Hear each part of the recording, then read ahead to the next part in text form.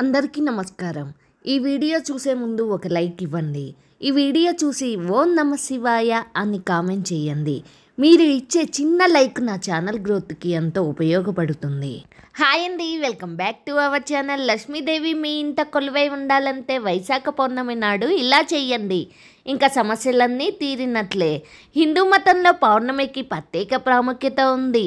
ముఖ్యంగా వైశాఖ మాసంలోని పౌర్ణమిని ఎంతో పవిత్రమైనదిగా, పుణ్యప్రదంగా భావిస్తారు. ఈ రోజున పవిత్ర నదిలో స్నానం ఆచరించి విష్ణుమూర్తిని దానం చేసి పూజిస్తే సకల బాధలు నశించి పుణ్యం లభిస్తుందని పురాణ విశ్వాసం. దాన ధర్మాలకు ఈ మాసం ఎంతో ఫలప్రదంగా భావిస్తారు. ఈ ఏడాది మే 12న వైశాఖ పౌర్ణమి వచ్చింది. పౌర్ణమి రోజున లక్ష్మీదేవిని పూజించడం ఆనవాయితీ.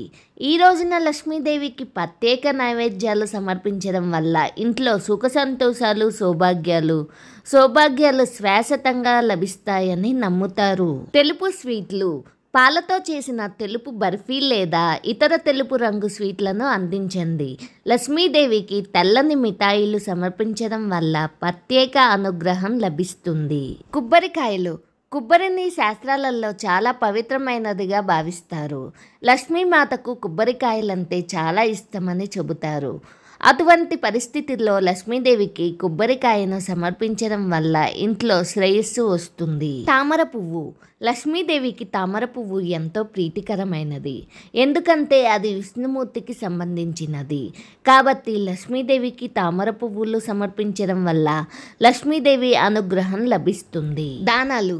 ఈ పవిత్రమైన రోజున గంగా నదిలో స్నానం చేయడం, బట్టలు, ఆహారం, పండ్లు మరియు తెలుపు వస్తువులను దానం చేయడం ప్రత్యేక పుణ్యకార్యంగా భావిస్తారు.